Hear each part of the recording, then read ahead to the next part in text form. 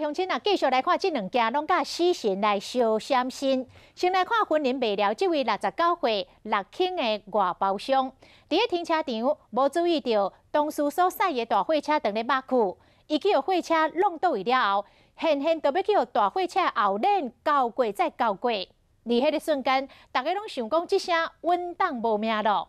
加在伊忍痛，规个人紧练出来，练开大货车抹去的路线。结果只有改变骨断去，逃过死劫。一名外包商伫停车场落车向前行，无注意到前面同事大货车等咧抹久，结果一弄瞬间人倒落，大货车人个链怎交过伊下半身。迄时大家惊一个咻咻叫，看到伊练去到边啊。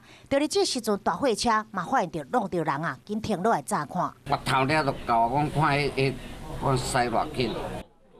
受伤的外包商69岁，真幸运逃过死劫。伊讲当时要出货，无注意到前面的大货车咧倒退路，好在伊忍去到边啊，才保掉一命。只有这骨憋气、骨折。中区治安中心会去做进一步的检视，是不是有相关的一个职业安全上面的一个问题。